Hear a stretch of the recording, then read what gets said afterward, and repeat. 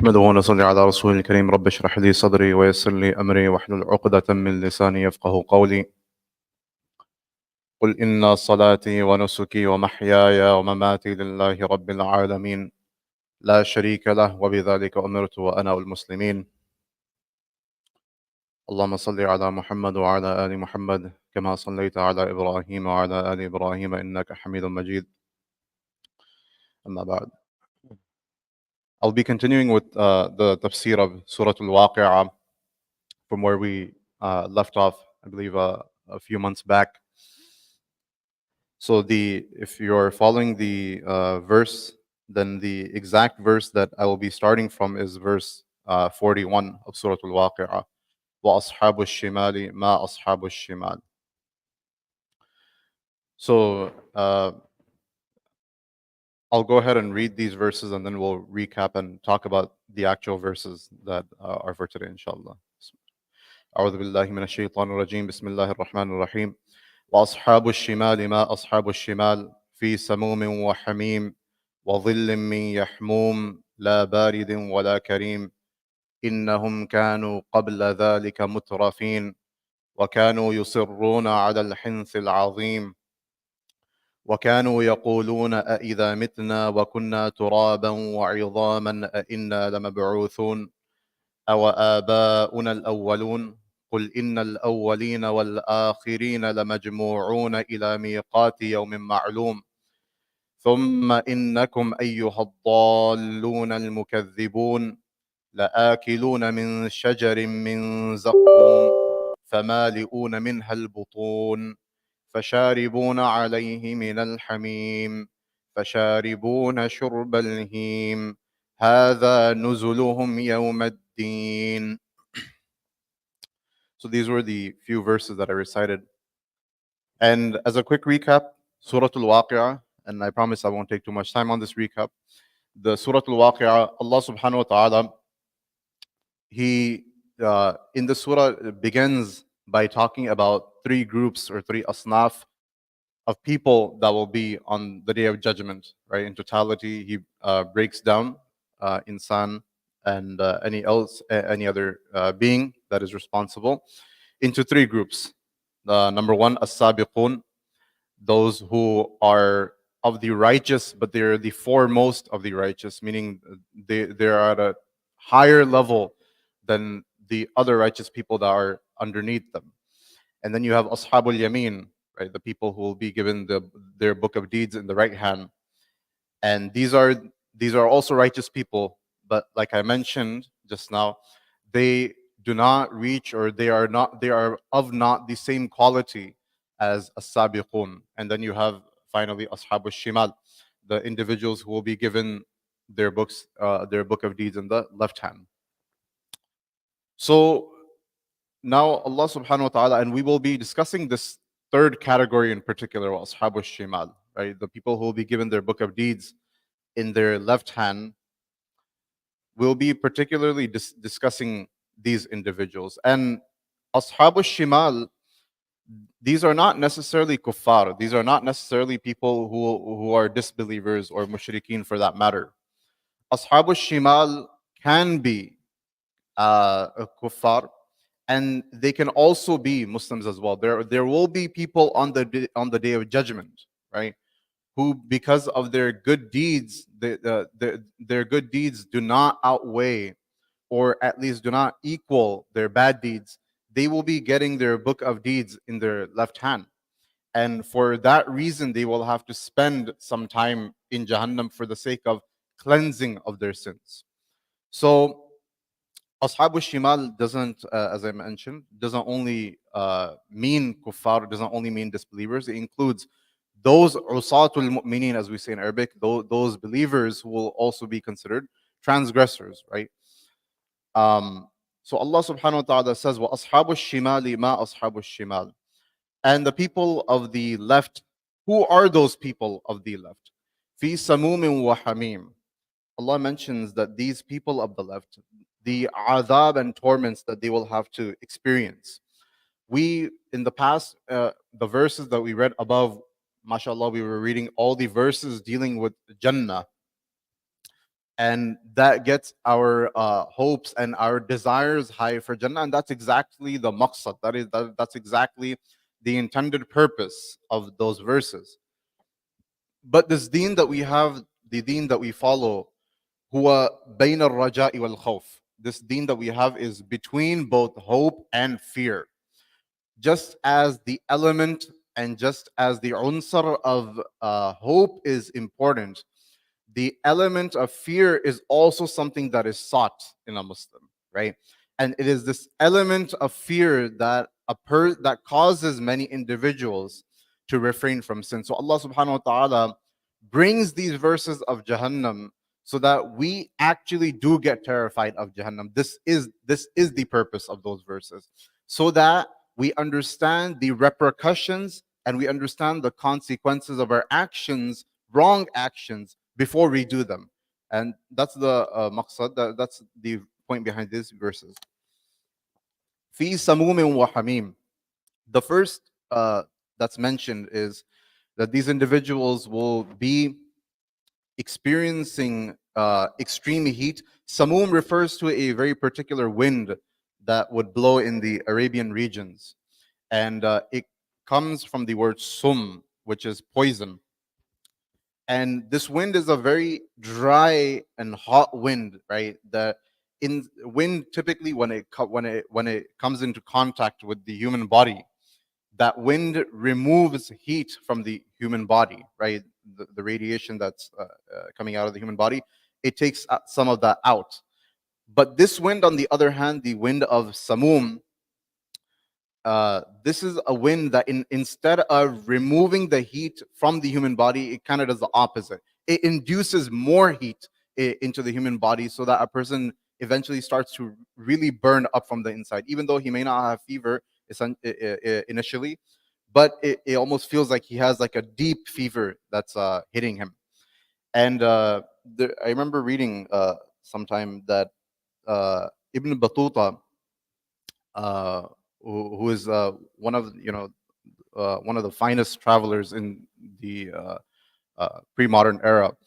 So Ibn Battuta, he mentions in his book, we typically call his book Ar-Rihla, but the real book, the real name of his book is Tuhfat al-Nuzzar fi Ajaib al-Amsar wa Gharaib al-Asfar, that the gift of the viewers regarding the amazing things of different lands, wa Ajaib al-Asfar, and the amazing the peculiarities of travels. So he mentions in his book that in the year roughly 1326 Common Era, right now after Hijrah, of course, the year 1326, so about roughly 700 or like 698 to be exact, roughly 700 years from ago from now, he was on his way departing from Hajj, and he was leaving the Syrian lands, the lands of Sham in particular. So he was leaving those lands and entering Hijaz on his way to Mecca, and on the way Tabuk, right, the famous place where the Prophet ﷺ, he went to confront the army of the Romans, which never showed up. So while he was passing by this area, he saw on a rock, and it was inscribed the story of a group of pilgrims who were on their way for Hajj, and while they were on their way to Hajj, the Samum wind happened to pass by in that area. And because of the severity of the Samum, this was inscribed on the rock.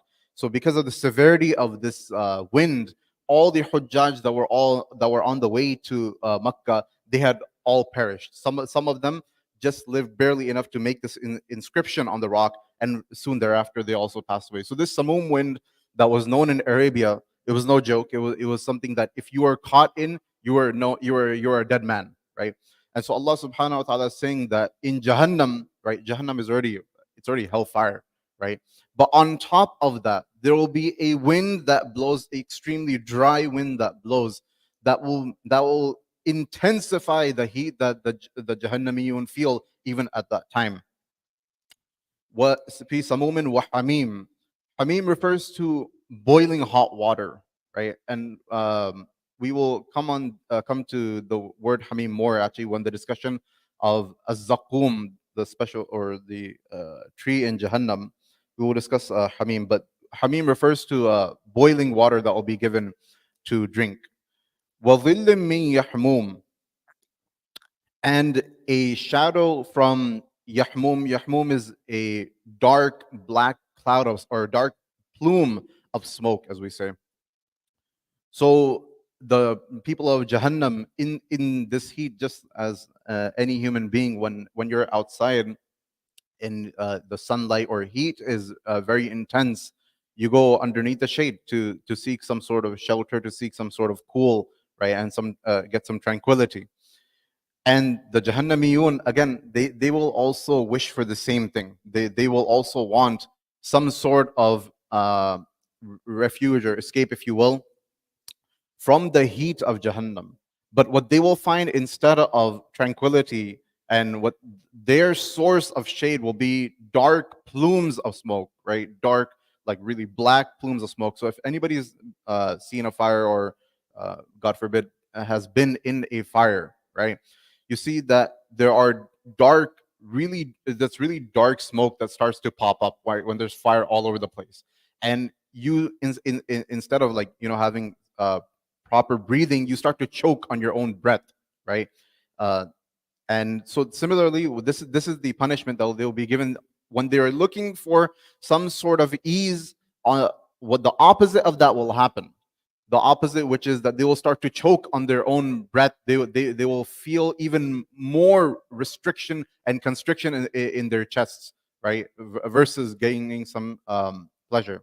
And this is actually a common theme that you'll find of the people of Jahannam, and that is why Jahannam is hell in its essence, is because whenever these people, they will wish for any sort of comfort, the opposite will be given to them. They will be given something that will just further their pain, a different experience of pain, if you will, right?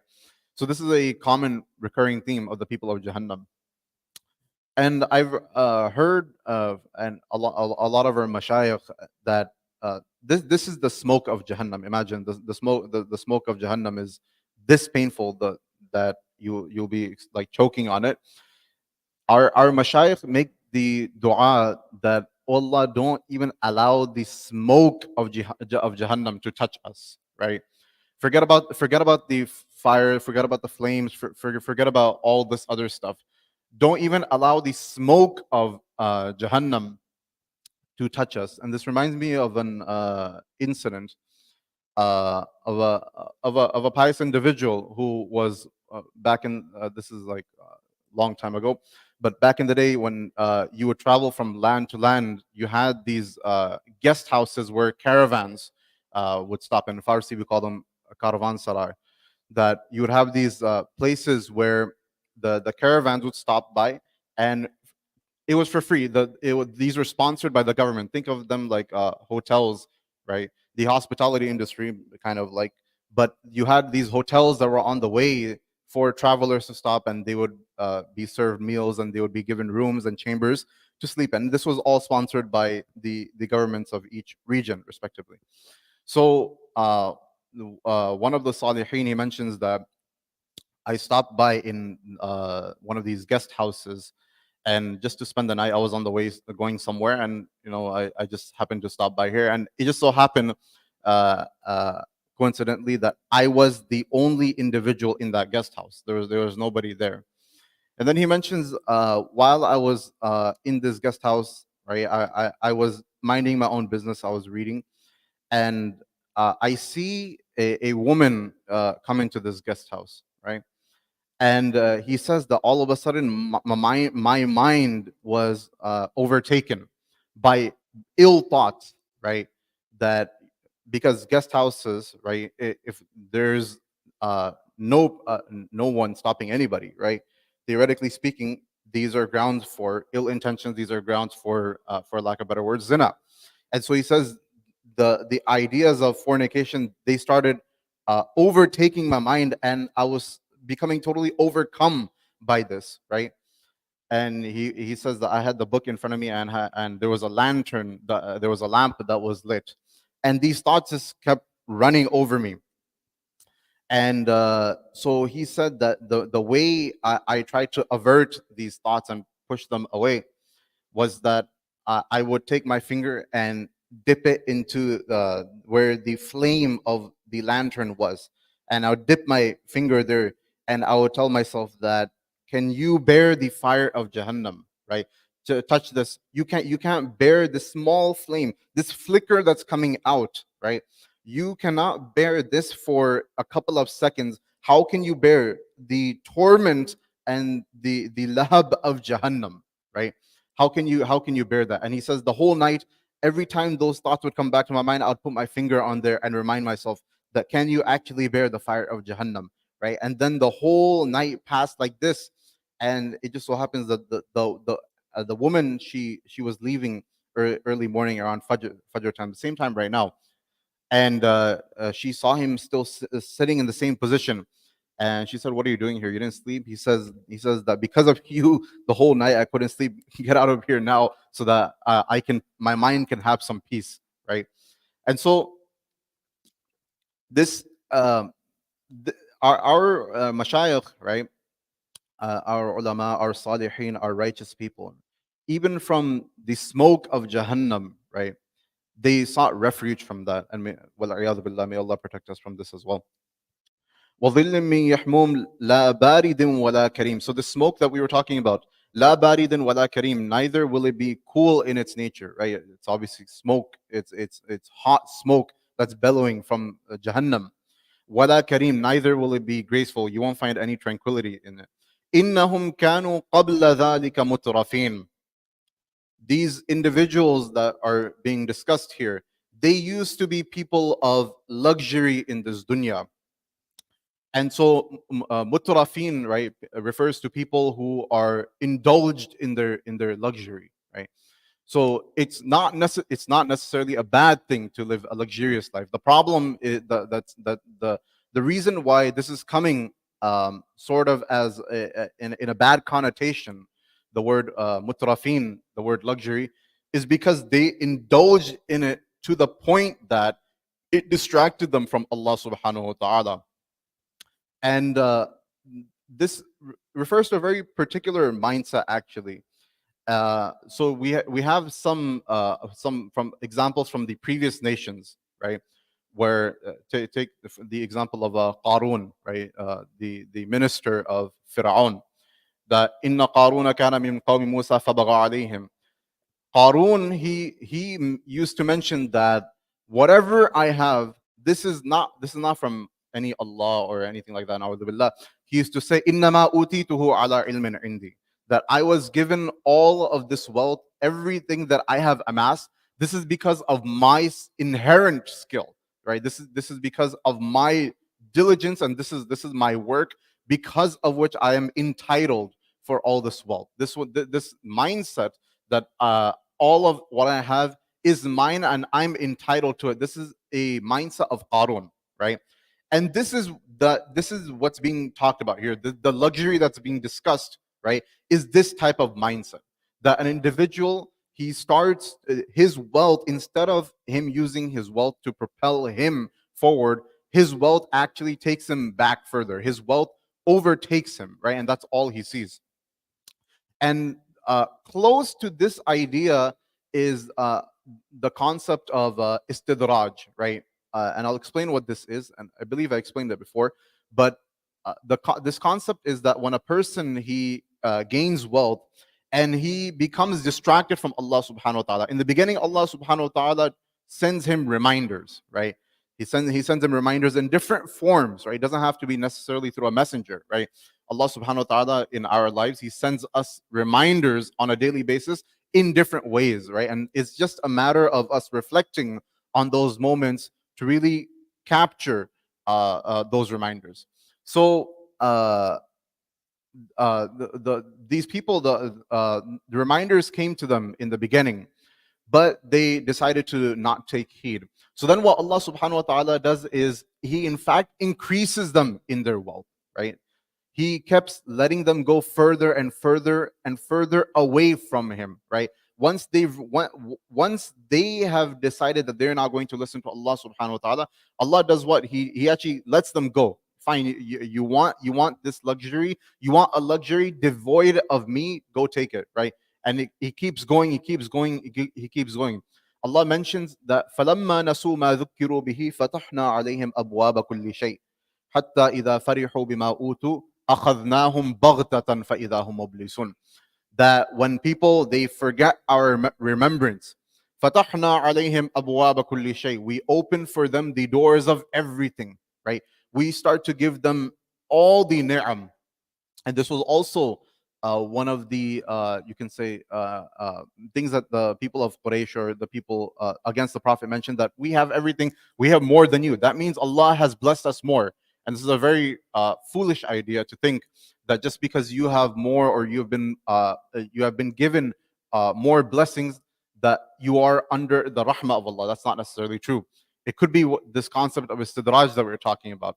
فَتَحْنَا عَلَيْهِمْ أَبْوَابَ كُلِّ شَيْءٍ, we open for them the doors for all blessings that you could think of.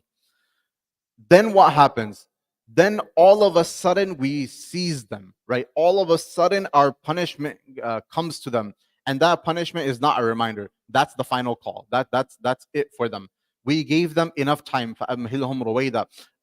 We gave them enough time to come back and to think and reflect, but they didn't do that. So what now? Now the only thing that's left is to bring the final punishment upon them.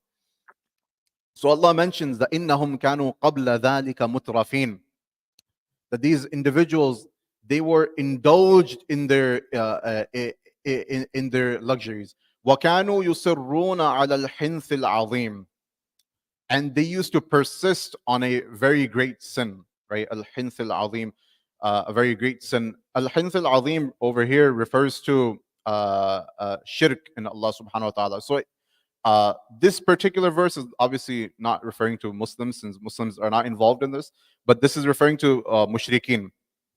وَكَانُوا يُصِرُّونَ عَلَى الْحِنْثِ الْعَظِيمِ, and you have some of these people who were persistent on their shirk. وَكَانُوا يَقُولُونَ أَإِذَا مِتْنَا وَكُنَّا تُرَابًا وَعِظَامًا أَإِنَّا لَمَبْعُوثُونَ أَوَ آبَاؤُنَا الْأَوَّلُونَ. And then they used to say, so you have a group from amongst them that disbelieved in the resurrection. They disbelieved in basically anything to do after death, right? They used to say that, is it going to be the case, or is it truly the case, that when we are into dust and bones, inna lamab'uthun, that we will be resurrected? And this is a very common argument actually found throughout the Quran, in especially your Makkan surahs. You'll find this theme of objections regarding resurrection. So the objection is that once you have turned into dust, once you have turned into bones, once you have turned into brittle bones in other ayat, right? قَالَ مَنْ يُحْيِي الْعِظَامَ وَهِيَ رَمِيمٌ. So once you've turned into some material, right, that to us seems like you cannot reconstruct it, right? So you're telling us that Allah subhanahu wa ta'ala will resurrect us in our proper forms, right? Once we have turned into this material that has totally corroded and has become useless. Is that the case? And so this is the objection. And so Allah subhanahu wa ta'ala, in verses to come, he will give the answer to this. But the answer is yes. Allah, so this is definitely going to happen, that there will be resurrection. You will be resurrected, right? There will come a time when your bodies will be raised from in whatever form they are. If they're in the graves, they'll be raised from the graves. If you're turned into ashes, Allah subhanahu wa ta'ala will put back your body from those very ashes. If you were drowned in the water, Allah subhanahu wa ta'ala will put you back your body. It's not something that is just you're in the grave so he can bring you up. No, hashara has to do with in any form that you died, Allah subhanahu wa ta'ala will resurrect you, right? So, and then there will also be hisab. There will also be accountability. And it's one thing to also understand is that there is resurrection on the day of judgment. That's fine, but truly a person's his eyes towards the akhirah start to open the moment his eyes in the dunya close, right? the moment his ta'alluq, the moment his connection to this temporal body, right, starts to weaken, that's really when his connection or his eyes of the akhirah start to open up, right? And that's why there are narrations close to the effect that man mata faqad qamat qiyamatuhu, that whoever has died, then his qiyamah has already started, right? Don't think that qiyamah is like so far away. Once you're dead, your book of deeds, number one, has stopped, and then also now your qiyamah has begun. And in fact, there's a narration that كان رجال من الأعراب يأتون النبي صلى الله عليه وسلم فيسألونه عن الساعة, that the Bedouins, they used to come to the Prophet sallallahu alaihi wasallam, and the Bedouins, a lot of them had these questions of resurrection. So they used to come to the Prophet sallallahu alaihi wasallam, يسألونه عن الساعة, asking him about the final hour. فكان ينظر إلى أصغرهم. So the Prophet used to look at the like the youngest in that group. If it was a caravan or a group or what have you, he would look at the youngest amongst them. فيقول إن يعيش هذا لا يدركه الهرم حتى تقوم عليكم ساعتكم. That if this youngest individual, if he is to reach old age, right, then understand that basically your qiyamah has started. What this is referring to means that once this young boy, the youngest of you, once he has reached old age, that will necessarily mean what? That you have passed away, right? You most likely you have passed away. And then the point is that once you have passed away, فَقَدْ قَامَتْ قِيَامَتُكَ, right? Then your qiyamah has already started, right? Your entry and your transition from this dunya towards the akhirah has already begun. So we were discussing these verses of أَإِذَا مِتْنَا وَكُنَّا تُرَابًا وَعِظَامًا أَإِنَّا لَمَبْعُوثُونَ أَوَ آبَاؤُنَا الْأَوَّلُونَ. So the same people of Quraysh, or the people who do shirk and refuse to believe in the akhirah, they also say our aba'un al-awwalun, that will our forefathers also be resurrected, right? So a person, this is common that they would ask that it's not, so they thought that okay fine, we will be resurrected, but you're saying our forefathers, those that have passed so long ago, those who there is no trace of anywhere, even them. قُلْ إِنَّ الْأَوَّلِينَ وَالْآخِرِينَ. قُلْ, this is a command from Allah subhanahu wa ta'ala, and we call it al-amr al-i'lani, that go and proclaim, O Rasulullah, go and proclaim, إِنَّ الْأَوَّلِينَ وَالْآخِرِينَ لَمَجْمُوعُونَ إِلَى مِيقَاتِ يَوْمٍ مَعْلُومٍ. That all the people, meaning from the first wal akhirin, and all the people to the last, lamajmu'una, right? All these people from the very beginning of time, meaning Adam alayhi salam, all the way till the until the last person to exist, all of them, right? Everything in between, from the beginning to the end, and everything in between, lamajmu'un, they will all be gathered. Ila miqatin ma'lum, they will all be gathered.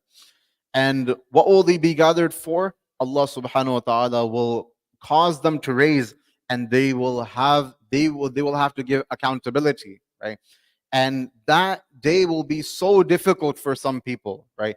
The Quran has expressed this in different manners, right? That in some cases that day will feel like khamsina alf sana.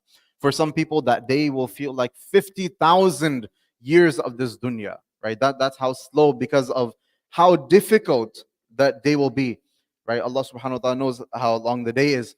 But for some people, the feeling of that day will prolong. And for the mu'mineen, for the believers, it will not feel as long, right? Allah subhanahu wa ta'ala will make it feel short for them. ثُمَّ إِنَّكُمْ أَيُّهَا الضَّالُّونَ الْمُكَذِّبُونَ. Then you people, all the misguided, all the ones who have belied the Prophet sallallahu alaihi wasallam, لَآكِلُونَ مِنْ شَجَرٍ مِنْ زَقُّومٍ. You will eat from the tree of Zaqqum. This is a tree, the tree of Zaqqum. This is a tree in Jahannam. Allah subhanahu wa ta'ala mentions in another verse that inna shajarat al-zaqqum ta'amul athim كالمهل يغلي في البطون كغلي الحميم. That indeed the shajara, indeed the tree of zaqqum, تخرج من أصل الجحيم. That the طعام الأثيم, excuse me. That indeed the tree of zaqqum, this will be the food of the sinful. Kalmuhli yaghli. People will eat it. So the people of Jahannam, they will also crave something to eat. Like I mentioned, this is a recurring theme that when they will want to find respite, or when they will they will want to find some sort of comfort in Jahannam, they will be given a different experience of pain. So they will want to eat, and they will be pushed towards this particular fruit. And this fruit of zaqqum comes out literally from the pits of Jahannam, right? It's a very disgusting fruit, and in fact, it is mentioned that طَلْعُهَا كَأَنَّهُ رُؤُوسُ الشَّيَاطِينِ. The way it grows, it's the top of it, it looks like it's like the heads of devils, right? So this will be طعام الأثيم. This will be the food of the sinful. كالمهل يغلي في البطون. And what will it do, right? This obviously, it's a very, number one, aesthetically, it's not a pleasing fruit. It doesn't look like a good fruit to start with. Number one. Number two, it will be very difficult. Right? Some say it's thorny as well. And just to put that through your mouth, you can imagine the pain. And it doesn't end there. كالمهل يغلي في البطون. Once it reaches the stomach, then like the dregs of oil, right? So anybody who's had like heartburn, right? You understand that it's not the most comfortable of experiences. So this will be like heartburn on another level. This is something that may Allah protect us. We cannot imagine what the pain of this will be. It will be like the dregs of oil, like they're boiling in their stomach. يغلي في البطون كغلي الحميم. Just like how hot water is boiled, these dregs of oil will be boiling in their stomach. What does that mean? That means that everything that is there internally, right? Everything will corrode, or everything will cease to exist in that stomach. And then Allah subhanahu wa ta'ala will, as we know in some other ahadith that is mentioned, Allah will bring back those same body parts, and then they will keep experiencing this pain. And obviously, when he feels this heat from eating, right? When you eat anything spicy, or when you eat something extremely hot, your mind, your human instinct automatically tells you to go for water, right? So in another place in the Quran, Allah mentions that once they will have this food, and they will feel this extreme heat, then they will want some sort of a cool refreshment, right? But instead of getting any cool water, what will they be given? They will be given al-hamim. They will be given hot boiling water, right? And again, this hot boiling water is going to go and disrupt everything inside. And then Allah subhanahu wa ta'ala will give them new skin, and He will give them new intestines and things like that. And this punishment will continue, right? This is no joking matter, right? At times, for us to even fathom both the pleasures of Jannah and the harms, or the discomforts of Jahannam, right? We tend to think of them like, that's like really far out there, and we don't really know. But the idea is Allah subhanahu wa ta'ala, none of us have seen this stuff, right? But we have some experiences in this dunya that we can draw some sort of relevance from, right? We have hot water when we take shower, right? Like for me, I prefer to shower with hot water. Some people, some freaks like to do it with cold water, right? So when my shower head, right, it's got to be perfect, right? There's a very certain temperature I like to shower at, right? But when that shower head, when I move it like not even a quarter of an inch towards the hot direction, it becomes so unbearably hot that I have to like move immediately out of it, right? Imagine this is like water in the dunya, and even that, this is like there's only such a high temperature you can go in your shower, right? And even chances are it's not going to burn you so bad, but you won't even get a second or third degree burn from that. But that is discomfort, and that's just mildly hot, right? Imagine on the in Jahannam, the heat, right? That's already in Jahannam, right? Number one, you're never going to get used to that. Like the heat of Jahannam is something that you will never get used to. The heat in this dunya, maybe if you live in an area in some geographic location long enough, you might acclimate, right? There's some animals that acclimate and they get used to that heat. The heat of Jahannam, Allah subhanahu wa ta'ala has made it such that you will never acclimate to it. It will be your pain perception will be constant there, right?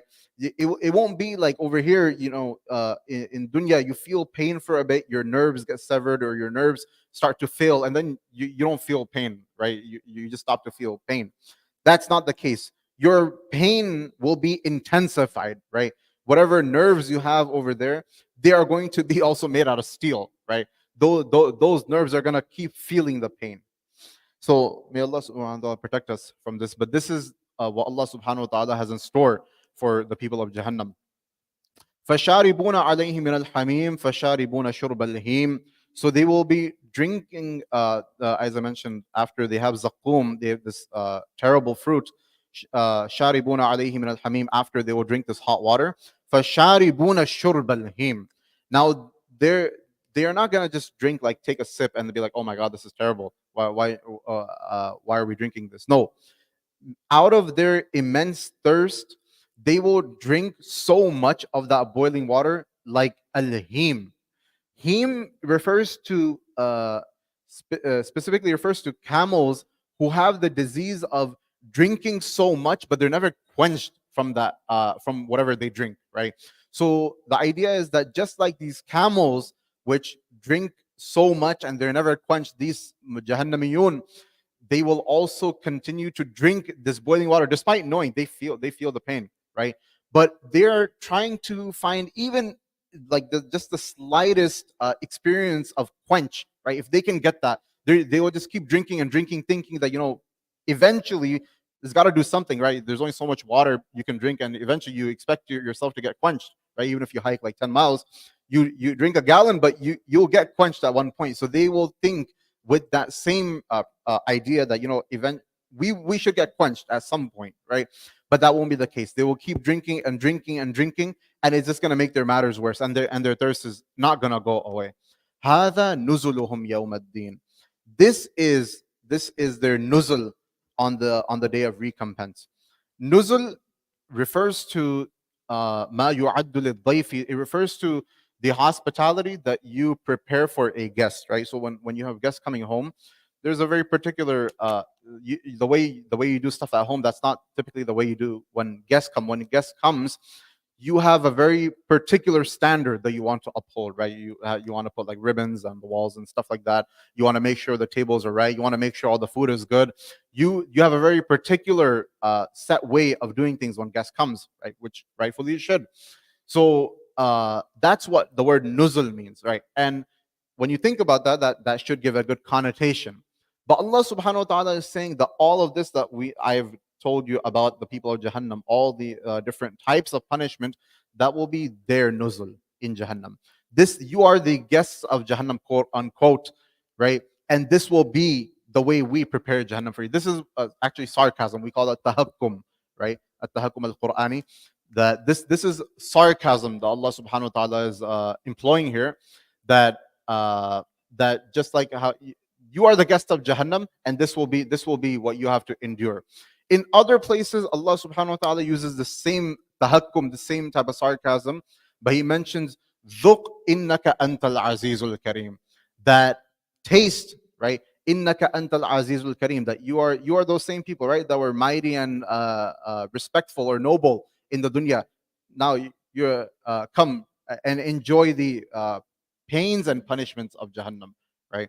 هذا نزلهم يوم الدين. These will be their nuzul. These will be what is prepared for them on the day of Deen. Deen refers to the day of recompense, the day when you will reap what you have sown. Right. I will end the discussion of these verses here. May Allah subhanahu wa ta'ala, the verses that we have read today are extremely harrowing, and as Allah mentions in the Quran, that تَقْشَعِرُّ مِنْهُ جُلُودُ الَّذِينَ يَخْشَوْنَ رَبَّهُم, that the skin of the believers literally should crawl when they hear these types of verses, right? That is what is intended. That when we hear these verses, our skin should crawl, our hearts should ask immediately for iyad and the protection from Allah subhanahu wa ta'ala. May Allah subhanahu wa ta'ala protect us from these punishments. Wa akhiru da'wana alhamdulillahi rabbil alamin.